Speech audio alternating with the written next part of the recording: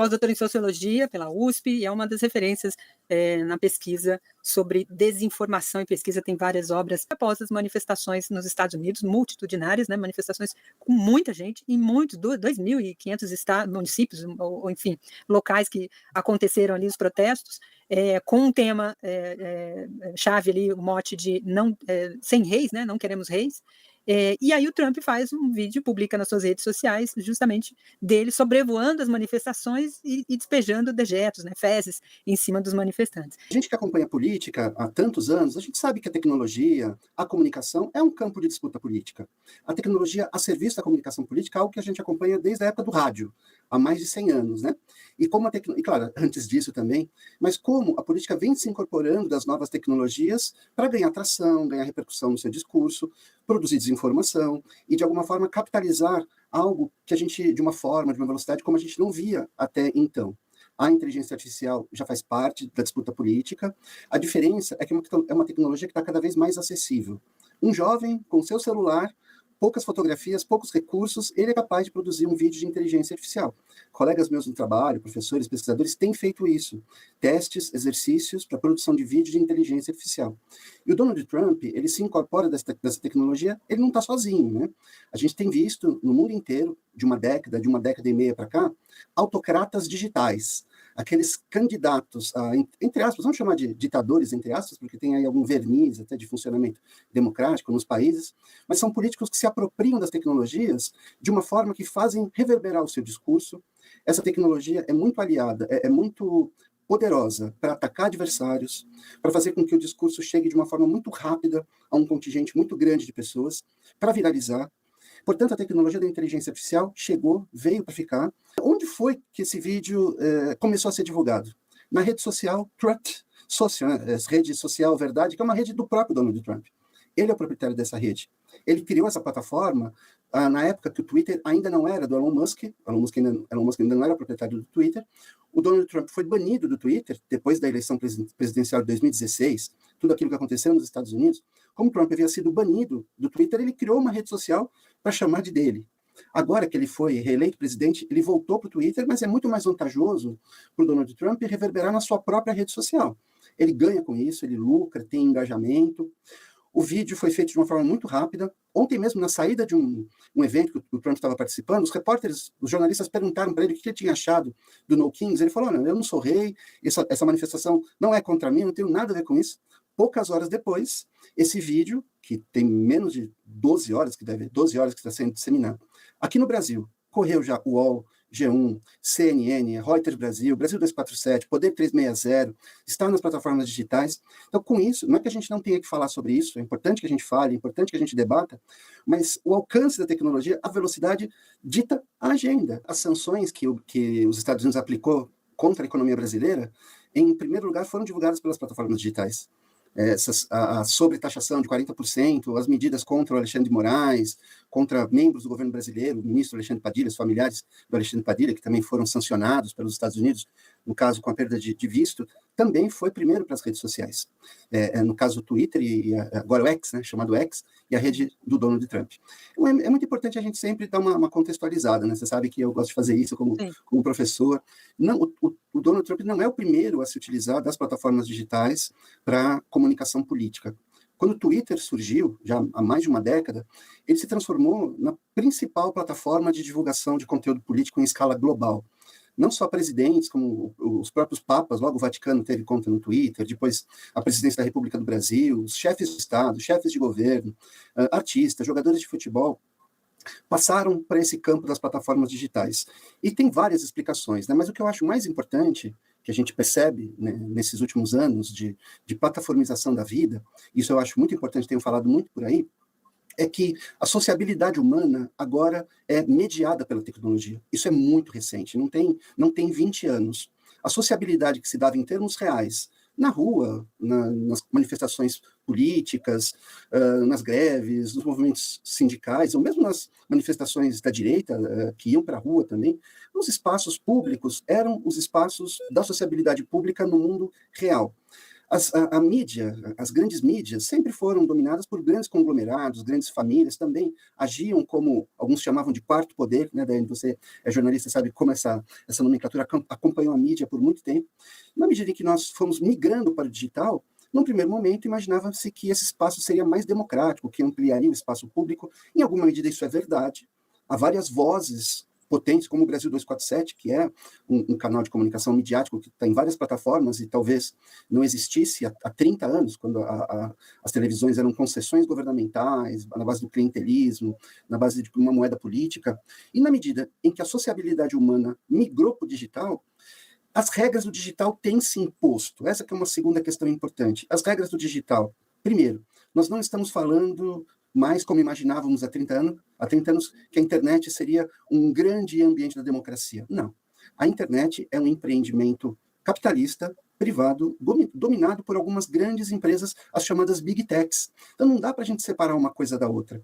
A internet não é mais... Nós estamos, nesse momento, sendo transmitidos por uma das grandes Big Techs, né? O YouTube, que é uma plataforma das grandes Big Techs. E a gente já conversou sobre isso, né, no Brasil 247, a dificuldade de ganhar atração, repercutir,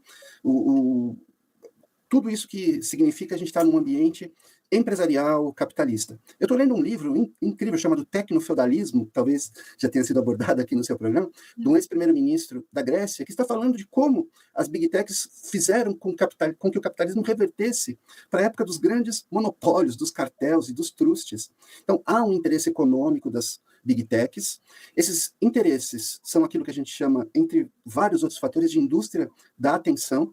Quanto mais tempo nós ficarmos nas plataformas, é mais vantajoso para as Big Techs nos expor à publicidade, reter os nossos dados pessoais, tratar os nossos dados, nos perfilar e vender uma série de prospecções, de pesquisas e de anúncios, um grande empreendimento capitalista. E como é que isso se comunica com a extrema-direita? É claro que, de uma forma conjuntural, as Big Techs americanas, principalmente as estadunidenses, agora estão alinhadas ao governo Trump. Semana passada eu ouvi alguém discordando disso, não, são elas que mandam no governo. Não é bem assim.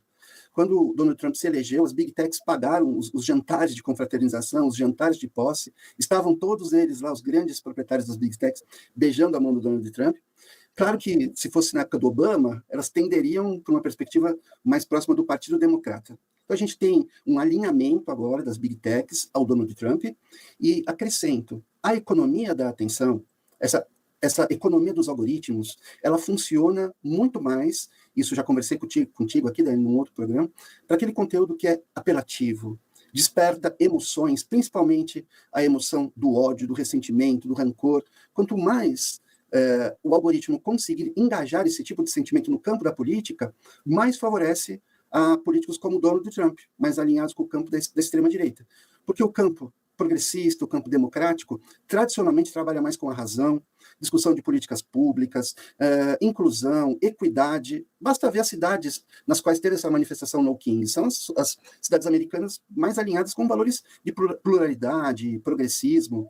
Então, nós, do campo progressista democráticos, temos uma cartilha, temos uma gramática que tem mais dificuldade de ganhar tração nesse mundo das Big Techs e no mundo dos algoritmos. O Trump não é o primeiro, não é o último. A extrema-direita se apropria de uma forma muito mais potente dessa linguagem, dessa comunicação. Há vários autocratas na Europa, na Ásia, nos Estados Unidos da América. Nós aqui no Brasil passamos por um arroubo de uma tentativa de instauração de uma autocracia que se apropria do digital, reforça esses traços do que dá engajamento no digital e vai buscar lá na velha política. É aquele patriarca poderoso, homem branco, que se coloca prometendo a volta de um passado idílico. Isso é muito importante. Um passado idílico no qual os homens brancos eram os senhores, os homens brancos eram servidos, os homens brancos ocupavam todos os lugares de poder.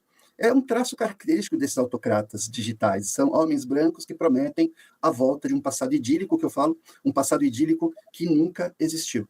Essas são características bastante antigas, né, de líderes autoritários, como você mesmo mencionou. O Mussolini era assim, o Hitler era assim. O que esses autocratas contemporâneos acrescentam a esses traços mais tradicionais de líderes autoritários e de líderes, vamos chamar assim, próximos de ditadores?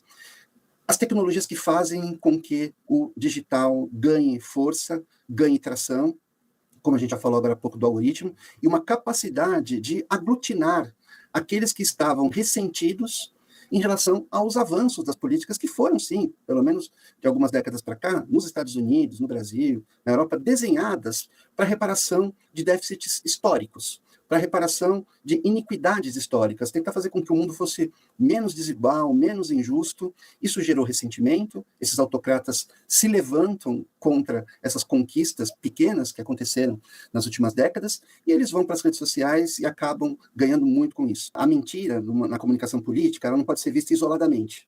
Senão a gente não entende. O que o Trump fez, esse vídeo que ele fez, é mentira? Na verdade, é uma distorção da realidade, uma obra de ficção.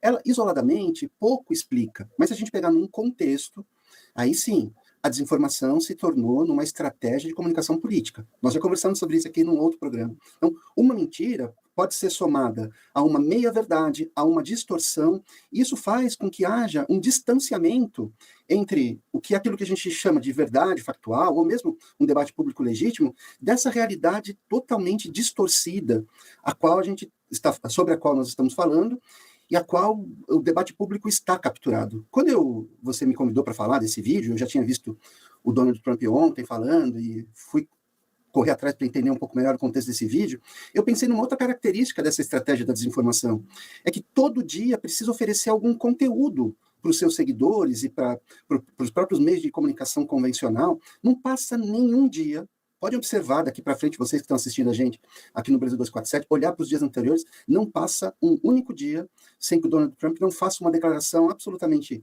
bombástica, na maioria das vezes distorcida, distanciada da realidade, como pleitear um prêmio Nobel da Paz. Imagina, isso é um absurdo, né? Mesmo com todas as críticas a esse prêmio, agora laureou a Maria Corina Machado, que também foi uma manifestação política, né, do Nobel da Paz. Né? O que ele quis dizer com isso? Enfim, não é a nossa conversa aqui, né, mas nesse momento agora. Mas antes disso, ele fala do Brasil. Antes disso, o Trump fala do Brasil, fala da América Latina, fala de Gaza, fala da Ucrânia, o tempo todo alimentando o debate público, com mentiras, com distorções, com meias-verdades. Isso tem um efeito muito potente, captura o debate público. Nós, enquanto sociedade, em escala global, estamos capturados por essa agenda pautada em desinformação, distorção, meias-verdades, mentiras.